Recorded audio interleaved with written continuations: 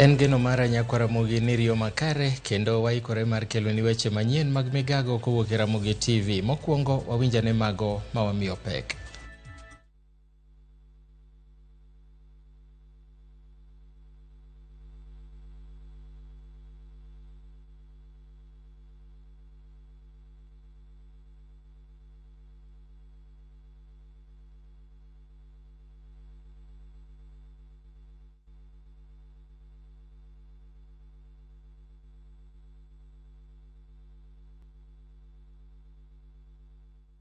Clearly states that an employer must never discriminate employees or even prospective employees on the basis of the terms of employment. Jopuonj mag junior secondary medo sundo piny owacho mondo ndikgi e yo mongirore.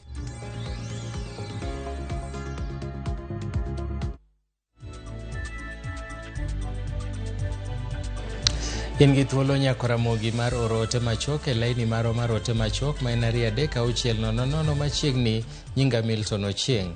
Kaluwore kod koth madhi nyime pacho ka kod oula mapek, oyangore ni kodhno ero oseng'iko yore mag thieth e osiptande mathoth e kauntis buora kaka kaunti ma Tana River, kama kuonde thieth kaka Asa, Chwele, Kau, Mbalambala, Mororo to kod Waldena osekethore kotudi kod oula. E kaunti ma Kisumu, e kar thieth ma Ombaka bende oula no osemonjo, ka migawo mar thieth bende wacho ni oulago nyalo kelo tuoche kaka nyaldiema kaachiel gi mamoko manyalo hinyo ngima oganda.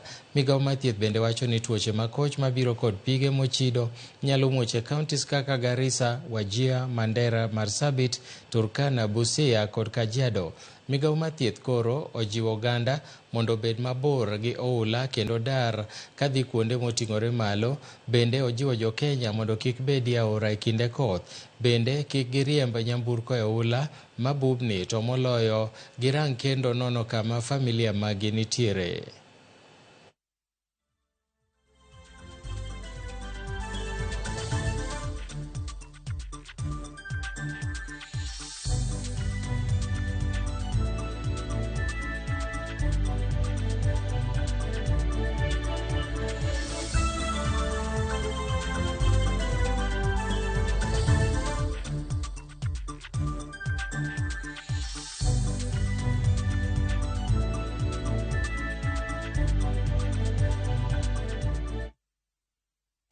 Kambi mar keyo pi ma Thika Thiwasco okwayo jodak ma kono mondo ti kod pi e yorno makare bang' kambino timo chenro mag pimo pi bang' aora ma Thika pong' kendo muomo kaluwore kod koth mamedo chwe e pacho ka.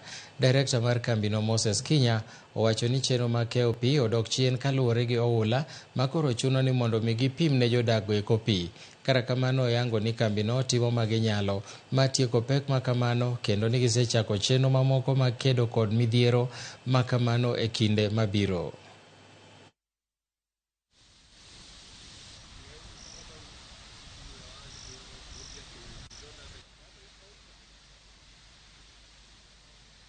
Yeah, this morning as we awake at 5 a.m., we found the Thika River here just near Brupost had burst its banks and flooded our pump house, as you can see.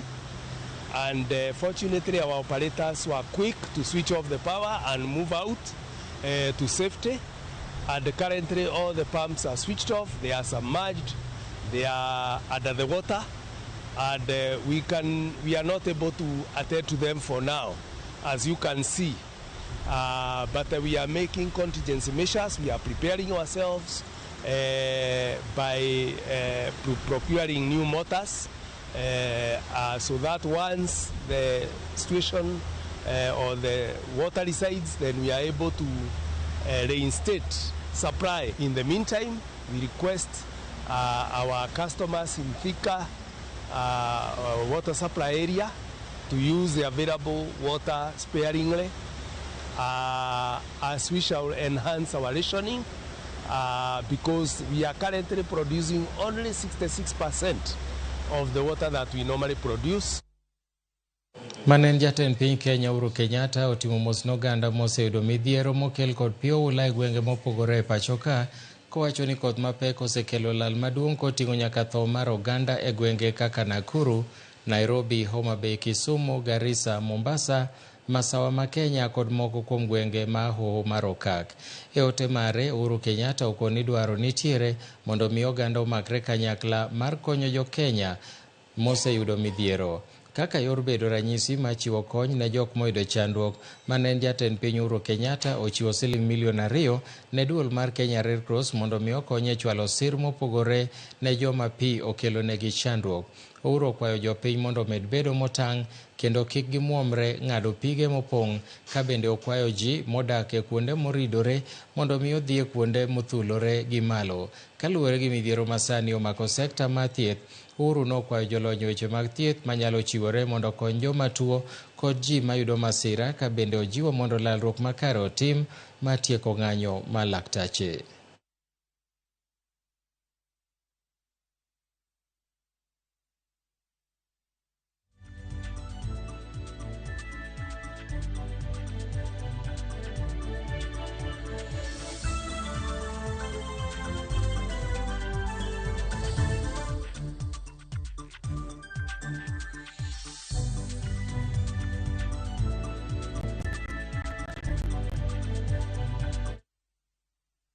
Komanda mar obila ma Embu Nicholas Maina ojiwo joriembo mondo ti kod apaya ma Kivwe, Kurukino kod Muthari nyaka kachomo Nairobi, ka jok madhi Meru to mondo ti kod apaya ma Mutunduri, Kianjokoma, Runyenjes nyaka Meru ma kalo koda maeri kaluwore kod rach mar apaya moketh kod oula. Odhiambo manyoro daraja ma Ikong'u e gweng' mag Atunduri ne masich oula omonjo kendo orocho wuodhe. Maino jiwo joriembo mondo bed motang' e kinde magini apaya go, to ahinya e kinde koth.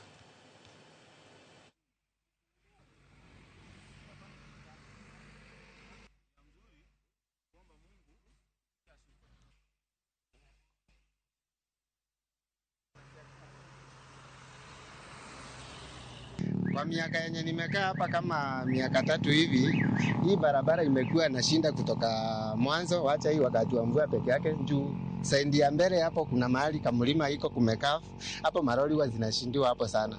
Matrela huwa zinakwama hapo, zinaanguka na accident, watu wengi sana wamekufa hapa, wengi sana. So hii barabara tafadhali ningeomba wenye huwa wanashughulika Kenya waangalie hii barabara, at least ipanuliwe kidogo na ndio isilete hasara mingi. Asante.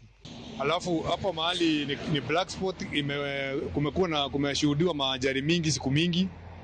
Hapa mamia watu wameishia hapa, na mpaka saizi hii barabara ni kama sasa imekuwa ni mbaya kabisa, juu hata ile daraja iko hapa imeanza kubomoka sababu ya ile mvua kubwa inayonyesha saizi. Tumepata madhara ya mvua imenyesha Embu kila mahali. Kwa hii bridge Ikong'u imeanza kuanguka polepole kwa upande wa kushoto, na tunaona upande wa kulia iko stable kiasi. Kwa hivyo kwa sasa tunajaribu kufungulia magari usiku ndio zifike Embu, tukipitia pande moja ya barabara ndio tuone venye mambo itakuwa, lakini tunaomba Mungu kusinyeshe, sababu ikibidi kukinyesha tutakuwa na njia nyingine ni kufunga hii barabara mpaka kesho asubuhi. Koth ma medo chwe pacho ka medo kelo midhiero e gwenge mopogore opogore ka e kaunti ma Murang'a, ji 6 owito ngimagi bang' lo osienyore kuomgi. Kodhno bende orocho yore mag wuoth e apaya ma Kitale kadhi Lodwar, ka jodak e kadak ma Runda bende ywak kaluwore kod oula momonjo kar dagno mar Nyadhi. George Bati miyowa ler kaka oula osekelo midhiero e moko kuom gwenge ma Thurka. E kinde ma midhiero mar koth medo kelo achiedhnade gwenge mopogore opogore pacho ka, e kaunti ma Murang'a jopiny ywago ji 6 manotho bang' lowo moyang'ni sienyore gi yien kendo banjo ot mane gintie. Jana usiku kama saa 6 nilikutwa na kijana mmoja wa familia, akaniambia wazazi wake wameangukiwa na mchanga na miti, niende niwasaidie. Na bila shaka nikaenda na nikawasaidia, tukakuta vijana wengi, tukawaokoa penye walikuwa wamelaliwa na miti na matope. Tukawachukua tukawapeleka kwa hospitali. Kwa bahati mbaya wakaaga kabla tufike kwa hospitali. Kama chielo yore mag wuoth sani koro ng'ikore apaya maduong' mowuok Kitale kadhi Lodwar nyaka South Sudan, bang' oula kelo ngoka maduong' e chuny apayano, kendo poge gi diere maonge nyamburko manyalo kalo ka joma tiyo kod apayano hum kaluwore kod rochruok mar wuoth. Hii barabara ndiye inaenda paka Sudan. Inabeba gari zote za kwenda Turkana, Kakuma, Lodwar paka Sudan. Sasa itakuwa hakuna vile jinsi tutakuwa tumesaidika. Na tu kujua kama inaweza kuwa vile imekuwa hivi. Na hata zaidi nimestuka vile nimeona hivi, sioni kama haitaundika hivi karibuni. Sioni kama kuna nafasi ya magari kama kutoka Lodwar kuelekea Kitale kama itaendelea. Kata obedo ni nogongero ni gima waipolo kial. Koth masani okodeo kata wang' jopesa kai kar dak mar nyadhi marunda. Pio luchore dhorange migo kiful kendo mani kod jorit ma ucho donjo nyake udi mag nyadhi. Jodak kani kod achiedh nade ka kata mana yore mane nyamburko suore ge songa sani pio imo ka nyamburko bende pio wiyo kendo modho pigi ume ranyisi mar kaka pio kelo midhiero e moko kuom udi mag nyadhi mantie runda. Tingni mag komeko maum gi boyo ma itiyo gode chuodho bende pio bembo kendo gigo chong gi piny ei pi ma koro chalo yao kaluro nitie ni poni oko kao kang' mapiyo kata mana oinga ma ochielo udi mag nyadhi nyalo lwar kendo medo lal ne oganda go mosebedo kao dak kod nyadhi kendo mawinjo mana midhiero mathoth mana kaka gweno winjo aora.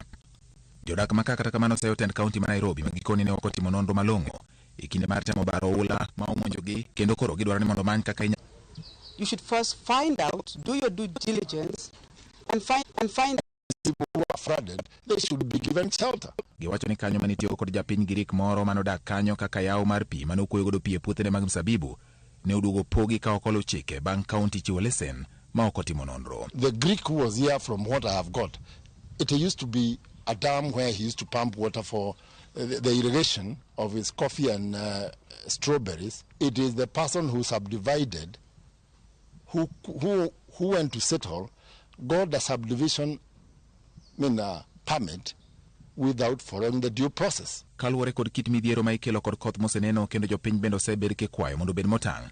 Jotelo kod piny owacho bende nyisi mondo oket okenge mag geng'o midhiero mag koth manyalo nyoro jopiny. George Bati, Ramogi TV.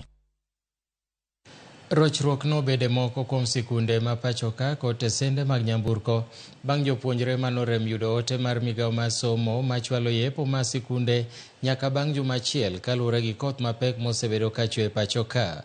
Moko kuom jonyuol mane ni koda ich wang' noseyo piny owacho kuom golo lendo makamano modeko e kinde ma moko kuom jopuonjre nosechako wuodhe magi ka gidok e skunde ka weg sikunde moko bende ywago lal kotenore gi ikruok mane giseketo ne yepo mag sikunde.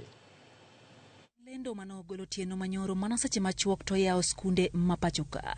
Kaluwore gi kalenda mar somo, lendo manokelo midhiero ne jopuonjre, jonyuol kod moko kuom skunde mapachoka mane ote okochopo negi e sama kare.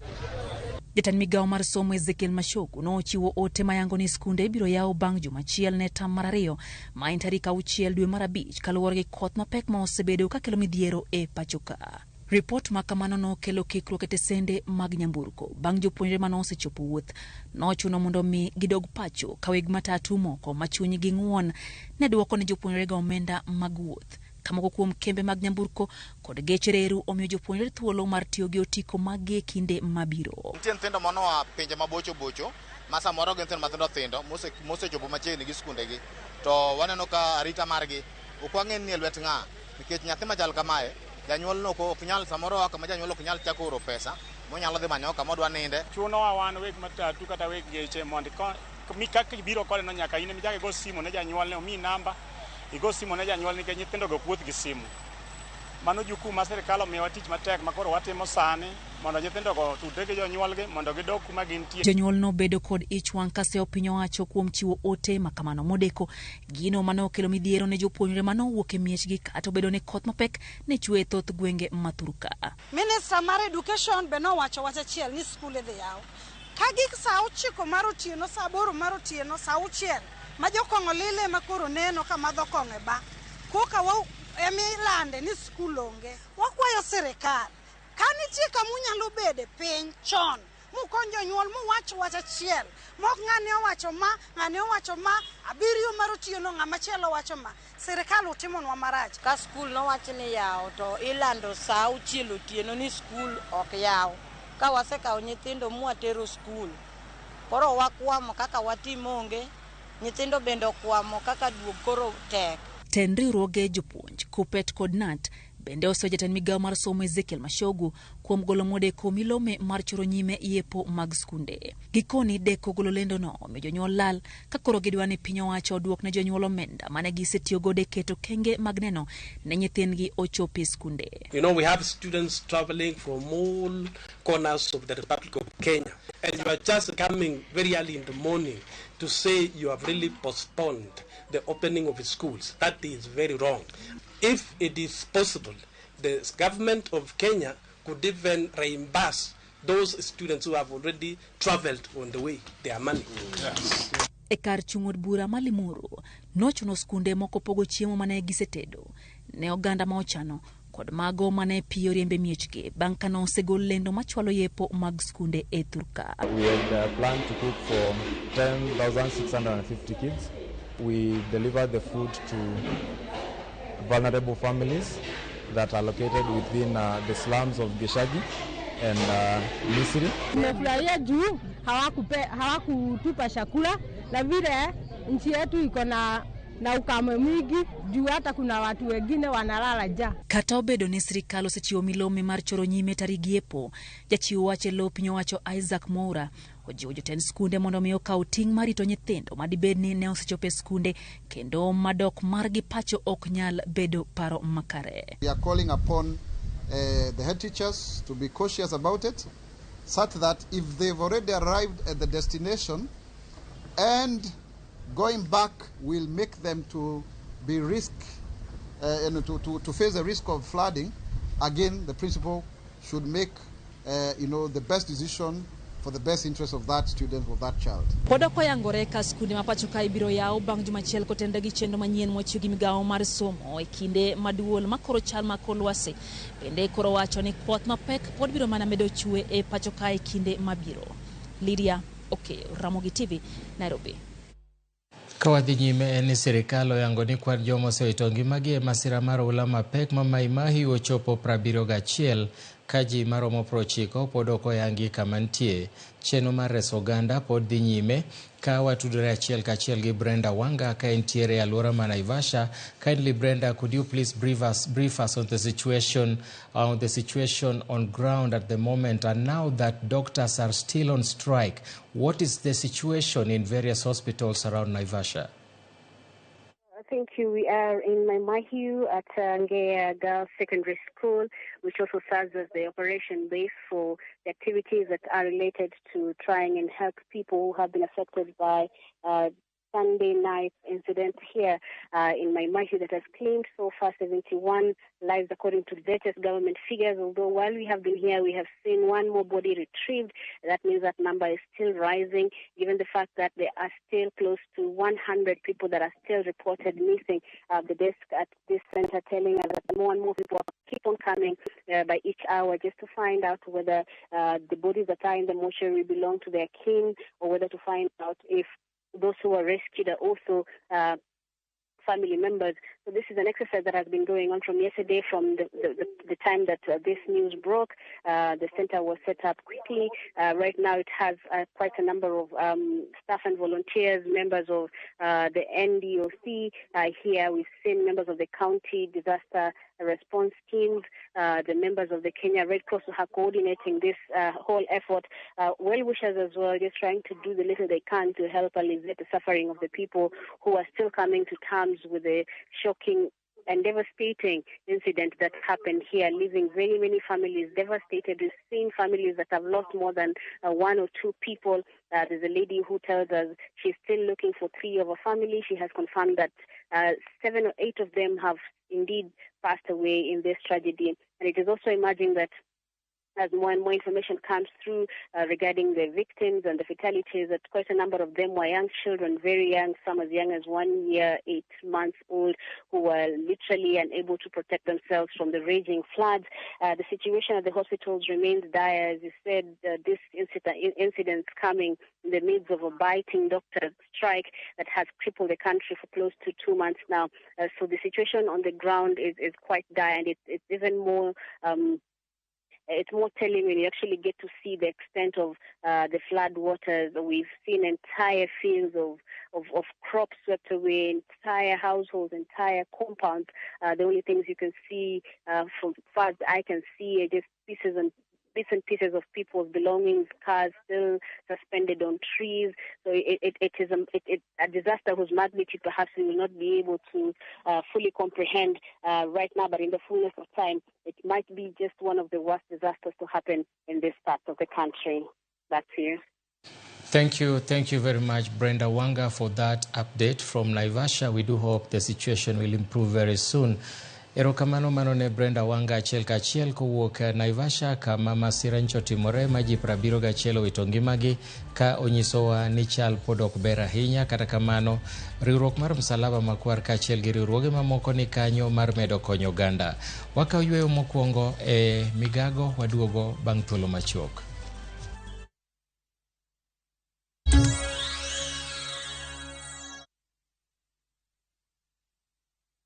Experience the beauty of Kenya through exciting bush safaris by grabbing the 30% discount exclusive to View Travel clients. At Samburu Sopa, you'll wake up to the panoramic views of the vast Samburu shrub land and hills, have breakfast in the bush as you enjoy thrilling game drives. All this for only 20,000 Kenya shillings for a 3-day safari. Explore Amboseli at the luxurious Amboseli Sopa Lodge as you wake up to stunning views of Mount Kilimanjaro.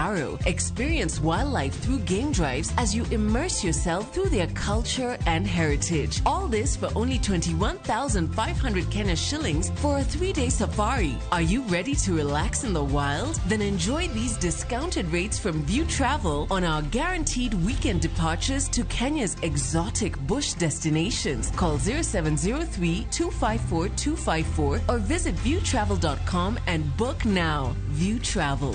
Dream, explore, discover. Doza shopping hazitoshi. Relax. Chukua loan Zenka ikusort. Zenka, smart loans for smart people.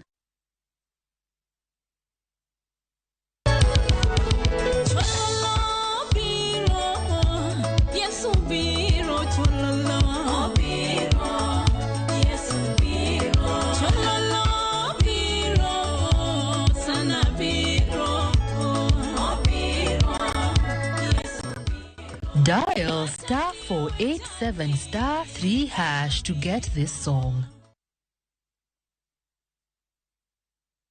Ase wacho nyathini toko winja. To thani, oseguro tiende dalani. In a world where faith, fear, sacrifice, and the complexities of father-son relationship collide. The son must choose his path and his own legacy.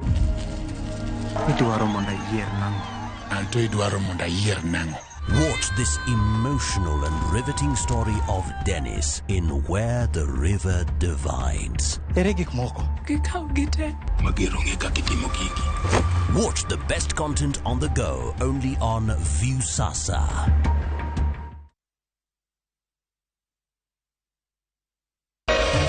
Ramogi. Regulation okodi through gimiluongo ni public participation. Be ikori mar donjo matut e weche madongo e Uganda wa. Ribadhi ma wuke NTSN ng'eny seriously. I have to say this. Wanono weche siasa kod weche mamulongi ma jopiny. Sama gigo nyaka japur. Nikech japur ni obro puro kande ni otere kare. Buch jopiny en kama wamiyo pek paro kachiel kod nonro ma intiere godo. Wan gi chike mabeyo matayo gigi waduto te. Ok diang' wachnya every time ka ng'ato dwaro to waloko chike. Nyinga Trevor Ombija jandingo panga jonyakach dendo nombija taya nyakwar guoko cha pesa. Wanere kendo. Tich adek ka tich adek, sa adek otieno, mana Ramogi TV.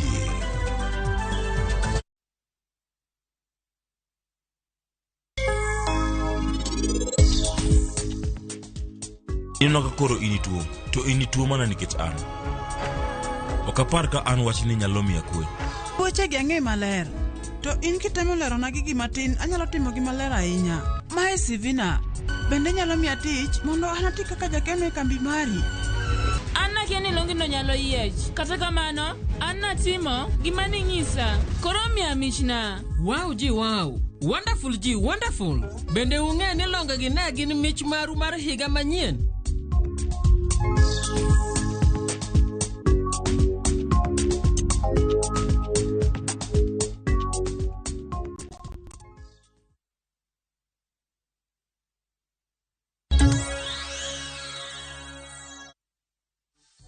Mana kamano kaka ung'eyo jafwambo maroma Mombasa George Aoko nyocha nowito wuon mare kendo nyasi mar iko dhi nyime e thuolo ni. Wadhi ane achiel kachiel wawinjane kaka chenro no dhi nyime.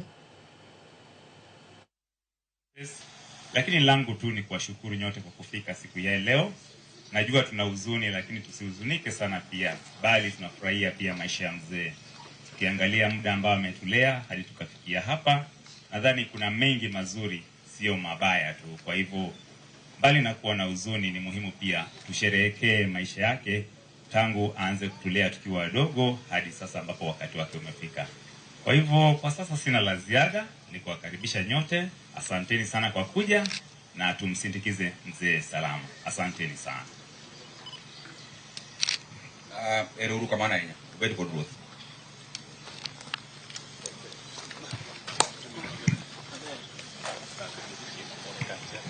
Asanteni sana wana media. We are very happy with you. All the media houses have even seen Chop, Pandel Chop, my friend.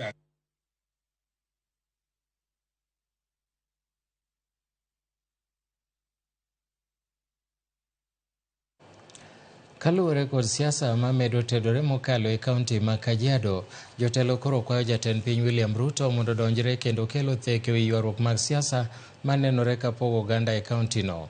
Kotelnegi kod gavana ma Kajiado Joseph Ole Lenku, gidwaro ni Ruto mondo konye pek mag siasa maneno e kind jata cheno makar jatend piny Kato Ole Metito kod gavana Lenku kagiloso imbirikani Kajiado e kinde machiwo tese mag weg lope. Pogruok mag siasa no medo kelo luoro mathoth e weche mag dongruok e kaunti no.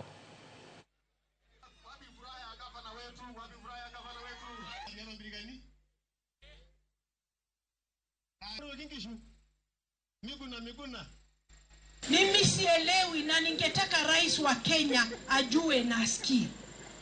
I have never seen and we have never had a more reckless, a more restless State House controller than the one we have in State House today.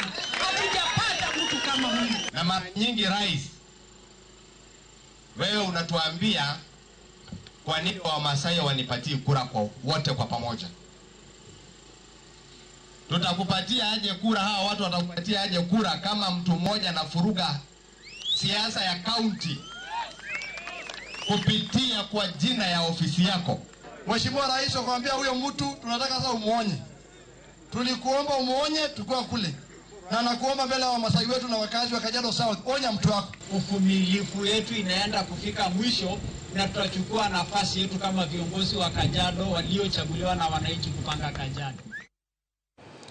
Obila ochako nonro ewi ringre japuonj moro manoyudi kojwang' e boma ma Makaka e kar chung' od bura ma Muhaya. Lipot yango ni ruoth ma gweng'no ne oyudo ringre no kojwang', gino mamiyo jodak ma Muhaya koro dwaro mondo tim nonro mapiyo e gima ne nyalo kelo tho ma japuonjno, kama gitimore mana thuolo machuok bang' ji ariyo monywando ja ohala moro bende nonegi e yo ma ok ber kendo oketo luoro mokalo kuom jodak makono. Jodak koro dwaro ni mondo duok gari mar obila mondo mi oti godo e chopo kuonde ma ywak mag rach mar arita kwe nitie. Tuko na police post pale Murembe, haina askari na niliambiwa nije tujenge. Tuko na police post hapa Ebuhaya, haina askari na imejengwa. Tuko na police post pale Ipali, haina askari. So IG, na mimi nitamtafuta bado, IG lazima atupatie askari. Kazi ya IG ni kulinda usalama ya watu. So huyo bwana Koome, mimi namwambia tunataka askari wa kutosha kwa police post zote hapa Ebuhaya na wafanye kazi 24 hours. Wananchi wanalia mheshimiwa, marisasi ilikuwa inalia jana. Na hawajashika mtu yote jana, ndio mwalimu amekufa. Marisasi ilikuwa inafanya kazi gani? Na kama gari liko mbele, mbona mbunge akisipatie makataa ya siku 7? Sisi tunataka gari leo. Jopuonj mag sikunde secondary madundo JSS e kaunti ma Migori orwako ng'eto mado ewi ndiko jopuonjno e yo mongirore. Kano otelnegi kod jagoro mar riwruog sikunde secondary Kuppet bade ma Migori Orwaja Solo giyango ni osara michulo gi dwe ka dwe tin mokalo kendo ok rom tich dwachgi mapile ka pile. Gimiyo sirikal mamalo kokalo kuom duol mar TSC thuolo maromo juma achiel matimo dwachgi, ma ka ok kamano to ok gibidok e tich nyaka sirikal chop ng'eto mar doho ewi ndiko jopuonjgo tich e yo mongirore.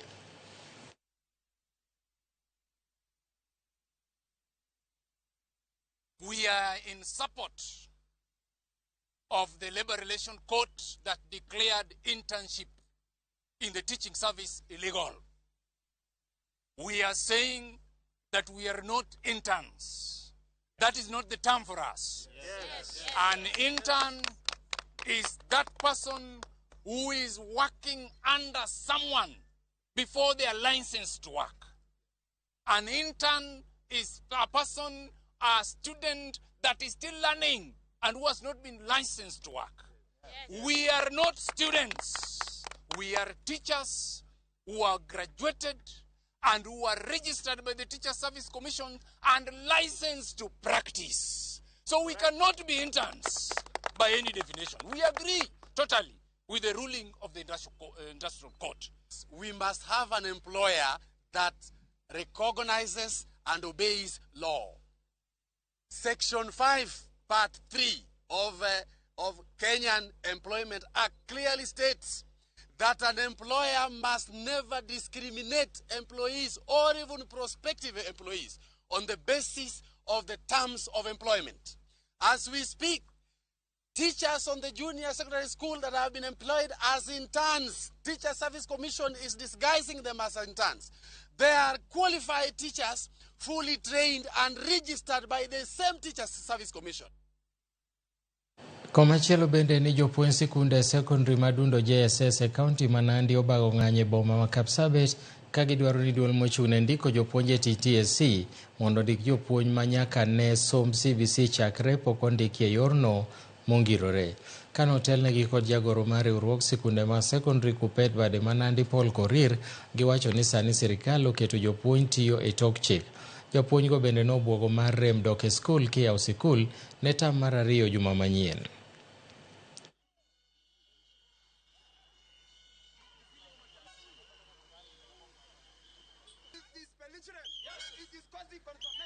Want to ask the Teacher Service Commission without taking a lot of time to confirm the moguls, the interns, both the senior and the junior, into permanent and pensionable. Yes. Our parents are suffering. Some of them have sold cows. They have sold even their pieces of land to educate us, to make sure that we go to school. But today we are being told to wait for 2 years so that you get confirmed. The same case, all the other court rulings are respected. Then this one of the JSS teachers, because all of them are Kenyans, all the rulings were made by the Court of Kenya, then it must be abided to the latter. We want to tell the TSC that we are suffering. There are a lot of suicides going on. There is a lot of depression going on. What can 17K, which is rent to some of those government officials, do? And I want to warn TSC that we are not going back to school.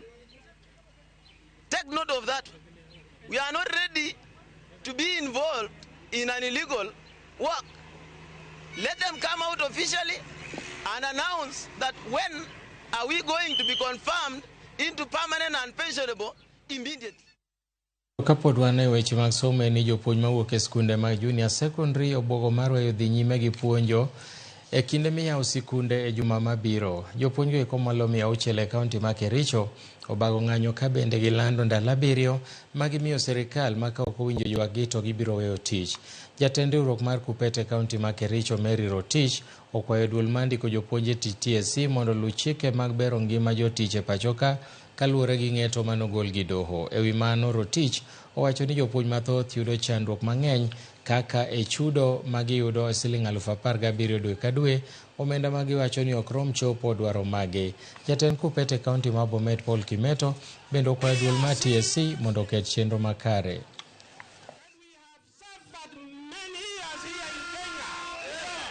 The word intern is illegal. It is not in the Teacher Service Commission. It is not in the Kenya 2010 Constitution. Therefore, we are saying it is illegal. And in this regard, we want to tell the Teacher Service Commission to compensate all the interns and to confirm them wherever they are. I'm still talking to you, my sister. Compensate, confirm, intern, teachers. We are not going back to school as from Monday. Each and every Monday we'll be on the streets. Internship is like teaching practice. Tulifanya hiyo na lecturers wetu wazuri wakatupitisha. We passed very well. And teachers, students, we are professional teachers with DSC numbers. We want also to inform the government that we are the custodian of the CPC.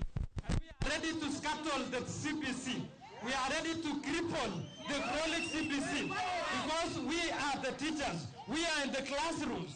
And therefore, the government should respect the court ruling. There is no need to go and appeal the court ruling. Therefore, we are saying, pay us the amount that a teacher is supposed to be paid and compensate. That is the 420,000 Kenya shillings that we are owing, that the government is owing.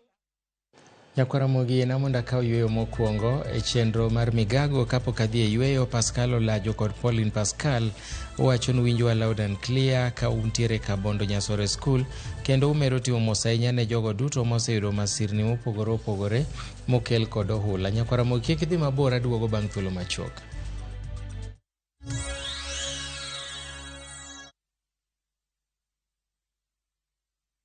Are you ready to turn your Skizza-tunes into cash? Dial *487*3#. Choose your favorite Skizza-tune, confirm, and enter to win big. 50K daily, 100K monthly, and the grand draw of 1 million Kenya shillings. Each time you download Skizza-tune, you support our local talent as you increase your chances of winning big. All SMS alerts are from Skizza Citizen, and lucky winners will be contacted from 0709 767 000. Skizza Tune, Skizza Chapa. Terms and conditions apply. Win big in seconds. Shabiki nikajaribu mara ya kwanza nikaweka shilingi 100, kaliwa hiyo 100, nikasema nikakufa moyo. Hii mara ya 4 nikaweka shilingi 100, kaona napanda yapanda ikafika 500,000. Nikamusisha msichana wangu mkubwa, nikaniambia dadi, toa hiyo, usiache, toa. Nikasema wacha tu niendelee tu kucheza. Ndio ikafika 1.4. Nimefurahi, yani hata nimeona ni Mungu tu. Kuna mali nilikuwa nimeshikika ma school fees hivi, alafu na mjengo wangu kidogo ambao nilikuwa nimeuanza, Avieta ni iko sawa kabisa, iko chonjo. Avieta ya Shabiki.com inakupa the biggest multiplier in Kenya. Shinda up to 50,000 times your stake. Yani ukiweka stake ya 100 bob, ndege ipeperuke, unashinda 5 million within seconds. Not for persons under the age of 18. Shabiki.com is authorized and regulated by BCLB license number 359. Nyakwaramogi negin ji mahombgi ne lach kanegi loso oganda ne chiko itgi bende kama negi kalie weche ne dong matho. Nuna nigo kot kamoro kachacha nogoyo. Asa modwa wache to go kot to jibiro te. Noero sort out dispute. Kata kamano oganda osepenjo ni gin kanye to gitimo ang'o. to mosenindo anyuola gi paro gi nade. Higni mosekalo ne gin jok ma idewo to kata mana sigandgi bende ne wuoro. Gisani awuok oko mar manyogi kata mana anyuola margi mondo wami mathoth kama gintiere to kod gino magitimo. Riwri kod Walter Nyambaga ka okelo ni chenro mar Gin Kanye. Tich Ang'wen saa 3 otieno. Kik bai.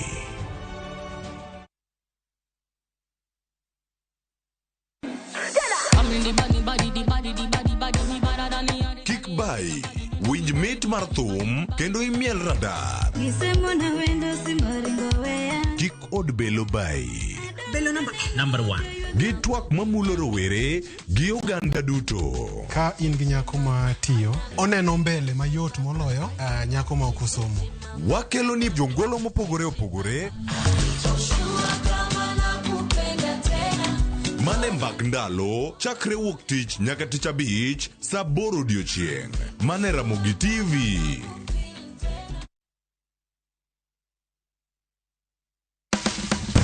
Tudri kodwa ka wayango kit chiemo mopogore opogore mawuok e pinje maoko koda mago ma iloso pacho ka.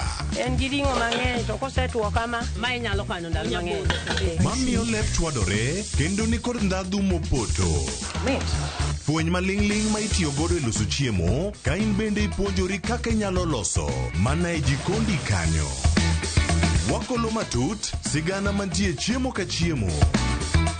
Ka waromo kod jotedo mamiyo ndhadhu bedo gi ngima. Ma rech minyalo chamo kanumu. Ok ochuno ni tede. Ok ochuno ni tede. Ikri mar puonjori tedo chiemo moa e pinje mopogore. Othonje ka othonje. Tedo gi chiemo. Tich adek saa 2 okinyi. Mana Ramogi TV.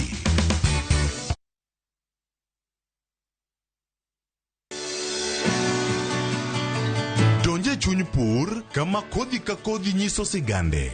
Kendo keyo ka keyo en nyasi. Eka achiel kao mananas 14,000 nyaka 18,000. Tiyo matek kelo nyak maber.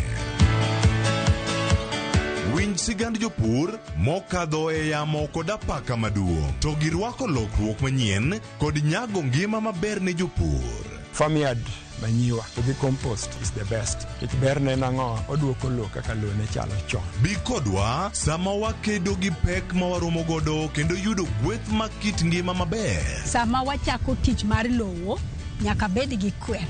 Kae tabedo gi beti, kae tabedo go pao. Kaluowa kae dhano owuok oko ne pur. Pur gi ohala. Tich adek ka tich adek saa 1:45 otieno.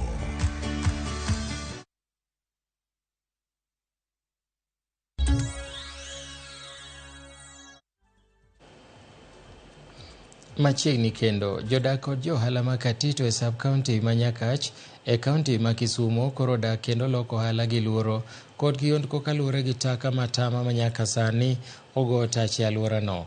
Kaluwore gi johala e chiro ma Katito, tend chirono osebedo gi samuoyo mar daro taka go kowuok kanyono. Giseyo tend boma ma Katito kuom badhruok weche mag ler e chirono kendo bono ywak johala kaluwore gi pith mar taka matamano mamedo mana biwore odiochieng' kodiochieng'. Luoro ma kama biro kaluwore kod koth mar oula masani osaso pacho ka koro luoro nitie ni tuoche kidek muoch kendo kelo midhiero n'oganda. Kendo wan jomodak e dalani to kwadok kaendi to wajo business makae to osebedo ka chandowa nikech kata ng'ama dewa e weche mag taka kaendi onge. To an gadier ni kipindupindi osechako makowa kama waol magini dhi hinyowa. Akwaye niya jatendwa Nyang' Nyong'o kaachiel to gi MCA marwa Tom Nyaoke uyu konywa mondo wabede joma beyo beyo. Wan mochonwa lutonu kura to ok watho nikech uchiegni biro kwawa kura ka. Awuoyo kuhusu takataka ma Katito. Takataka ma tok ka min Raila rach. Joma chiemo e hotel biro yudo tuo. En takataka marach. Koro wakwayo jotendwa mondo obi ogolnwa takataka gi. Gikel gik ma ginyalo golo go takataka mondo gikaw takataka gi oko nikech takataka ni biro kelo tuo. Kaka sani koro koth chwe ni. Wan matek nikech kata an benda wuotho ka uso lewni. Kuond minyono ma kuond motop. Koth kochwe giridore ka gikalo gidhi nyaka kochacha. Kata ng'ade wi onge. Omiya na ol gi taka gi asewuoyo ma ol. Osuru to kaleo ne kaleo. nyinga onge nyaka mbele kamira la poko golo suru onge chieng malewe. Nonro yango ni kuom mine mayach 100 e kaunti ma Siaya maheo 491 kuomgi wito ngimagi kaluwore kod rem yudo kony mar thieth moting'o nyuol makare ka nyithindo 25,000 bende wito ngimagi e kinde minyuologi. Maeri emomiyo riwruok ma ok mar piny owacho midendo ni Rescue komakore kod bad migawo mar thieth e kaunti ma Siaya ochope andika mar winjruok kata MOU mabiro miyo riwruogno chwalo tijene makonyo mine mayach e yudo thieth kod nyuol e yo makare. Vicky Kaigai ma en jata tije riwruok mar Rescue owacho ni kuom thuolo mar higa achiel mokwongo onge omenda ma mine ma kamago biro chulo ni mar gibiro yudo kony nono maonge chudo. 2% of the emergencies in most counties are maternal and neonatal. That means mothers and newborns. And therefore we were very encouraged to work with Siaya because Siaya has the political goodwill, the health direction to bring down these numbers. So what we'll be providing is we'll be providing our technology where we coordinate our response. We'll be working with the county through their referral system, through private and public ambulances. And as we said in this pilot year, the first pilot year, this will be a PPP where there is most mothers will not pay. And we are hoping that from the findings of the year 1, we'll be able to roll it out further into year 2, year 3, so that we bring down these numbers from 491 per 100,000 live deaths for mothers.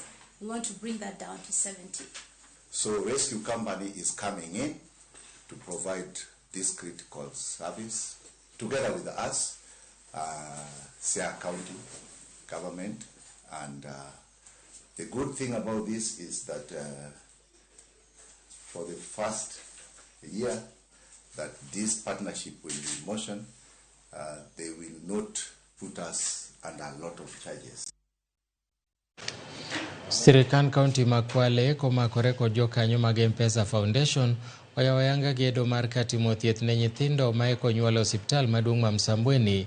Gedo no mitimo kod M-Pesa Foundation biro mwonyo omenda maromo $36.2 kendo biro ting'o ka thiedho nyithindo ma chunygi gudo kata ICU kaachiel gi wards mag nyithindo. Kanoloso e kinde yawayanga chieno makamano, gavana ma Kwale Fatma Achani owacho ni gedo no otim kaluwore kod medruok nyithindo matindo madwaro thieth makende. Na pia kutakuwa na kangaroo room ambayo ile ambayo inahitaji mzazi na mtoto wao karibu sana, pia wametengenezewa nafasi hapo. Kwa hiyo ni facility ambayo iko complete, madawa yatakuwa pia sehemu yake iko hapo hapo. Kwa hiyo hapo kutakuwa ni complete.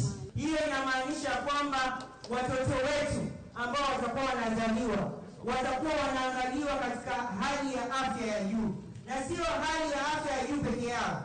Wale ambao watakuwa pengine wamezaliwa na tofauti yoyote, aidha ya kilo, aidha ya complication yoyote, watakuwa wanaweza kuangaliwa kwa hali ya juu zaidi, kwa sababu tutakuwa na newborn unit hapa ndani ya Msambweni Referral Hospital. What we have witnessed this morning is a groundbreaking ceremony to support the infrastructure development of a newborn maternity unit. It will be at a cost of about 32 million shillings, and in about 9 months we will have a refurbished building, fully equipped in the manner that the engineer discussed. Moko kuom jodak ma Isiolo kwa sirikal mondo ket jotuo mag kansa e thieth manono e bwo chenro mar thieth manyien mar SHIF kendo gilos centers mag thiedho kansa e counties mondo duok piny chandruok ma jotuo kale. Koloso e kadak ma Florence Mwendwa ma en jatuo mar kansa, MCA ma Bulapesa David Nyoro owacho ni sirikal oketo kuonde thieth ma kansa machiegni kod jotuo mondo duok piny omenda ma jotuo kansa tiyo godo e chopo nyaka e boma ma Nairobi ni eka giyud thieth. Masi Gadhambi ma en nyar Florence nolero ni tuono osemiyo giuso mwandugi mondo mi okonygi e chudo ne thieth mar min mare ka kata sani tuo mar kansa omako familia margi. Mina nimekuwa nikija katika hospitali yenu. Leo nimekuwa nikija after naruka siku moja kuja siku nyingine. But for now nimeruka karibu siku 4 kwa sababu nilikosa fedha kidogo. So nimekuwa na challenge ya fedha kidogo. Kama ungekuwa na kitu kidogo kama 50 unisaidie niweze kununua dawa ya pressure. So kuna wakati naenda kazi, natoka hata kazi hata kama ni usiku, inabidi baka nifike nimuoshe. Lakini kutoka siku 3 kuona nyuma mama alikuwa at least kidogo, lakini kufikia leo wakati nilikuja asubuhi nikamwangalia, nikaona mama imebadilika kidogo, hata kuongea kumeanza kubadilika kidogo. This time round vile doctors wame strike, Cancer Center wametuambia ndio admitiwe juu ya Woods mpaka to raise a deposit of 120, then the rest wataweza kuwa wanaendelea, tutakuwa tunalipa, tunaongeza kitanda. Ombi langu ni serikali iweze consider hata hao maskini wawe na kuwa treated free kwa vile ugonjwa kama kanza na zinginezo kama asthma na diabetes zimefanya maskini wauze mashamba yao, wanakuwa hata hohehoe. Kwa hivyo ni ombi langu vile serikali inafikiria hii maneno ya SIF waweze kuhakikisha kwamba wamepea hawa watu insurance, hata wakienda hospitali waweze kutibiwa bila kulipa chochote.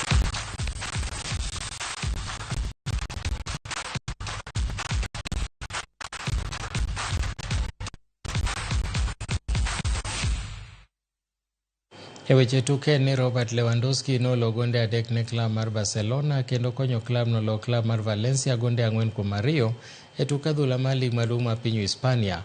Barcelona